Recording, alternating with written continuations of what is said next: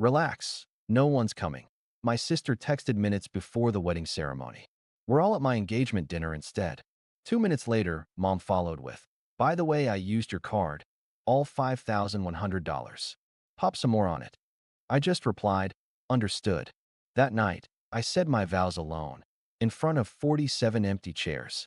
At 3 a.m., I sent a link to the family group chat with one line. You'll want to watch this before Grandpa sees it. My name's David.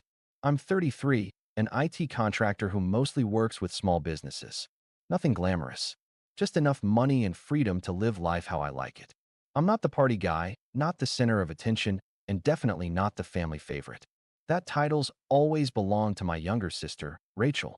She's the golden child. Beautiful, loud, charming, always the one everyone wants to talk to at family dinners. I'm the guy who gets asked to fix the Wi-Fi. But that's fine. I never needed the spotlight. I just wanted peace. Last year, I proposed to my girlfriend of 4 years, Jenna. She's the kind of person who writes thank you notes to baristas, the one who brings extra snacks to road trips in case someone forgets. A good soul. She said yes through tears, and we started planning a small wedding. Just 50 people. Close friends, some extended family. The venue was a little vineyard an hour outside the city. Nothing fancy, but beautiful. My parents weren't thrilled that it wasn't a church wedding. Rachel joked, so you're doing a picnic wedding? That's cute. I let it slide. It's what I always did. The plan was simple. Ceremony at 4 p.m. dinner by sunset. My buddy Jake handling music, Jenna's cousin doing flowers. Rachel had RSVP'd yes. Mom said she'd be there early to help set up. Dad even agreed to walk Jenna down the aisle since her own father passed away a few years ago. I rented chairs. 50 of them. That morning, Jenna was in the bridal suite with her friends. I was pacing in my little prep room, checking the time every 2 minutes. 3:30, then 3:45. No one from my family had arrived. By 3:55, I was sweating through my shirt.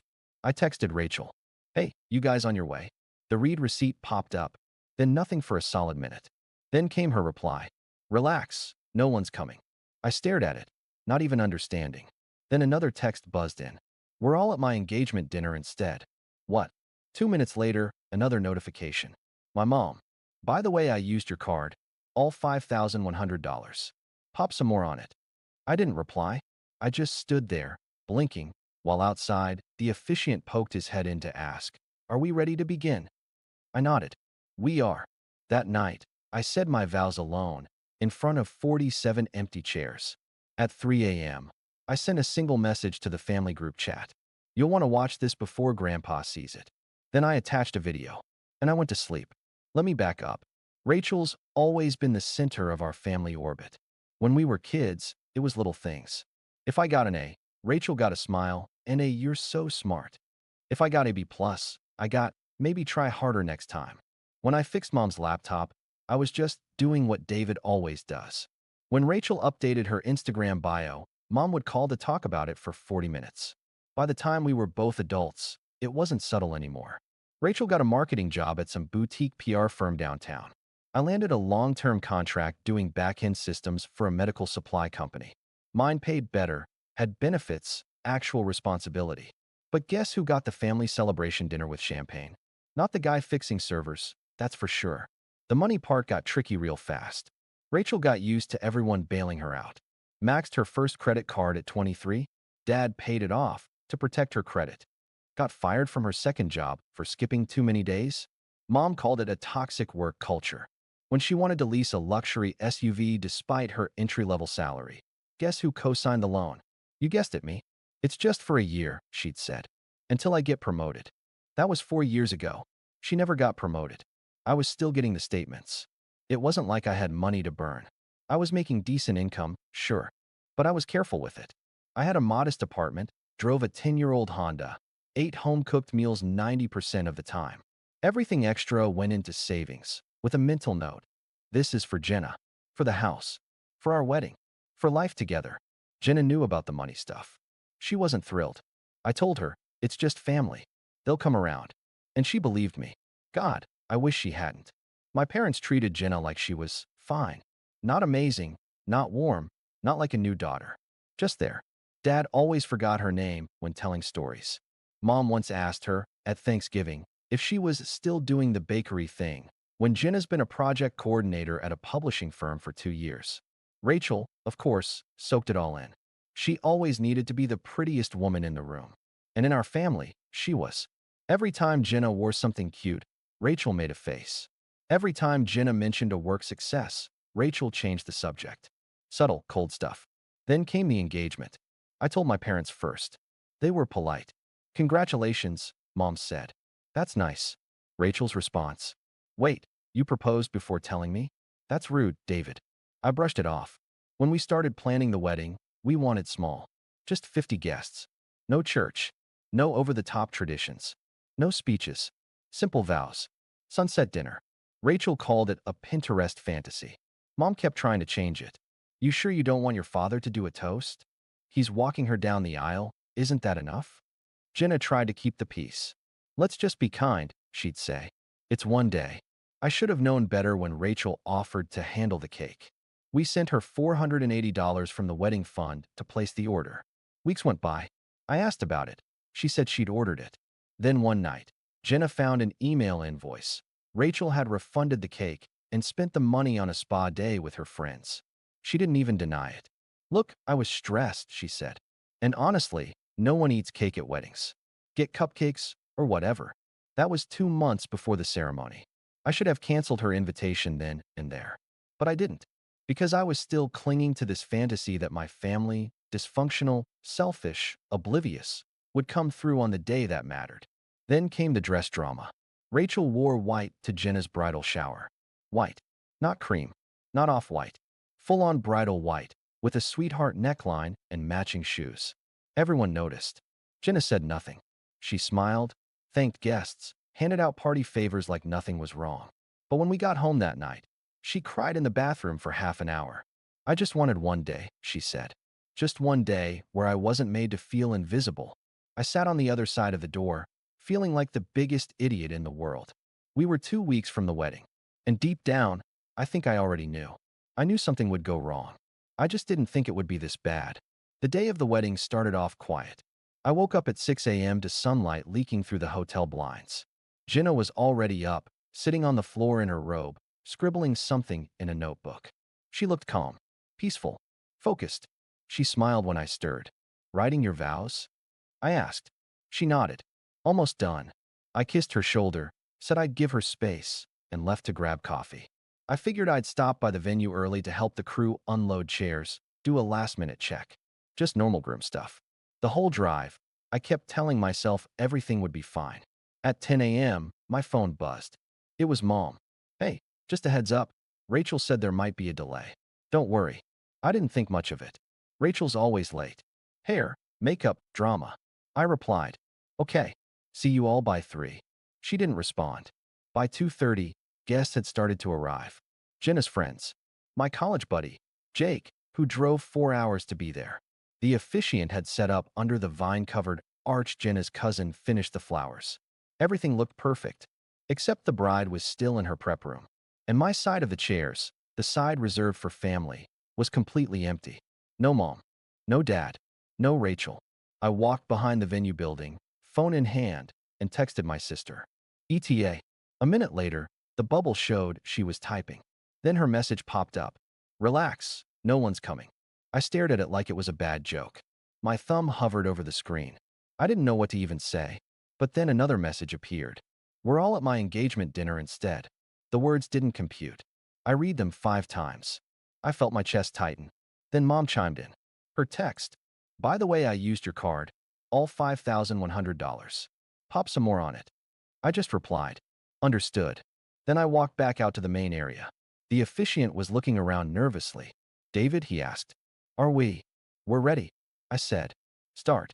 So I stood up front. Alone. Jenna walked down the aisle, all grace and poise, smiling like nothing had happened. Like her groom hadn't just been abandoned by his entire family. Like we weren't saying our vows in front of 47 guests and 47 empty chairs. She said, "I do." And I said it back. Everyone clapped. The photographer took pictures that looked beautiful on the surface. No one talked about the half-empty room. We cut the cake, the one Jenna ordered last minute when she realized Rachel never replaced the one she canceled. We danced. My college friend gave a speech. Jenna's uncle played the piano. At 9 p.m., the party ended. We drove back to our hotel in silence. She reached for my hand in the car and just squeezed it. "I'm sorry," she whispered. I didn't say anything.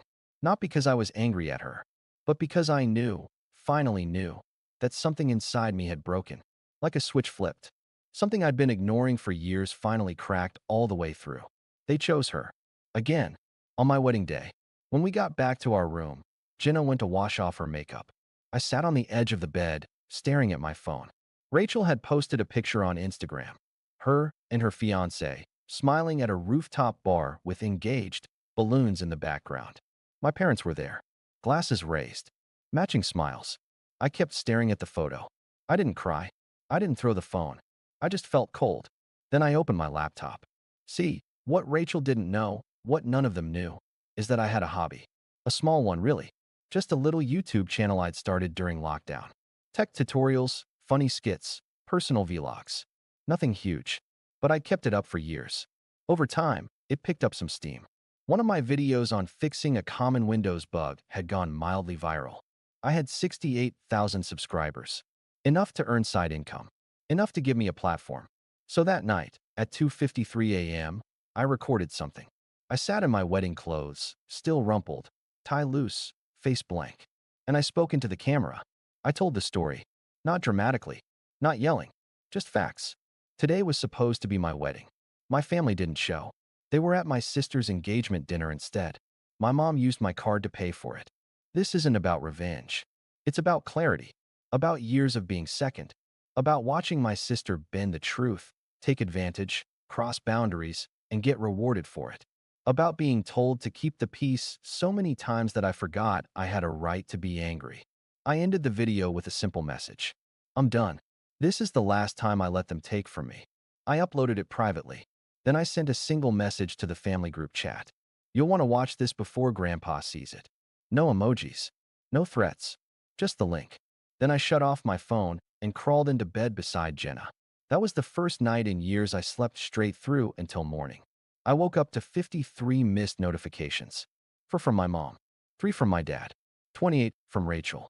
The rest were from cousins, aunts, 1 from grandpa, and a bunch of Instagram DMs from people I didn't even know. The video blew up. I didn't expect that. Turns out when you tag a post, my family skipped my wedding for my sister's engagement and include actual receipts, texts, screenshots, even the bank statement showing the $5,100 charge. People pay attention. It started small, a few hundred views. Then it hit a Reddit thread. From there, TikTok picked it up. Within 24 hours, my channel went from 68K to 150K subscribers. The comments were a wall of support. Dude, this is brutal. I can't believe they did that. Your sister is straight up unfair. Jenna's a queen for standing by you. This hit harder than any family drama movie I've ever seen. Rachel's Instagram went private within 6 hours. My parents didn't post anything at all. Not even their usual Sunday brunch. Nonsense. The silence was loud. But the family chat? That was chaos. First came Dad's message. David, what is this? Take that video down now. Then Mom. This is deeply unfair. You're airing private family matters online. We were just trying to support Rachel. Then Rachel herself. A full essay. You're disgusting for doing this. You made us look like monsters. You're twisting everything. That video is a complete betrayal. You know I was planning my engagement for months. No apology. No acknowledgement of what she'd done. Just rage that I'd told the truth. I didn't respond. That night, Jenna made pasta. We sat at the table like any regular Tuesday couple. Except now, she had a husband with a small cult following and a family scandal trending in 3 subreddits. You okay? She asked. I think so, I said. Just tired. I'm proud of you. That meant more than she knew. The next few days were a blur. One of my old professors emailed me. A former coworker from an old IT contract messaged, saying he watched the video with his wife and cried. A wedding photographer I didn't even know offered us a free photo shoot as a do-over. But what really hit me was Grandpa. He called me 2 days later, voice shaking. David, I watched the video. I braced myself. But then he said, I always suspected they favored Rachel. But this broke my heart. I didn't say much. Just listened. I want you to know, he said. If I'd known what was happening, If someone had told me how bad it was, I would have said something. I should have said something years ago. He sent Jinnah and me a wedding gift the next day. A check for $5,000 with a note. Use this for something that makes you happy. Not them. I cried when I read it. That weekend, Jinnah and I left town. We booked 2 nights in a cabin up north. No Wi-Fi, no texts. Just quiet. Trees. A fireplace. Wine. The break was needed. Back home, things started falling apart. For them, not us. One of Rachel's friends, someone who'd seen the engagement dinner posts, commented on the whole situation. So wait, you knew the wedding was that day? And you still chose that timing? Another friend unfollowed her. Then another. Then a cousin.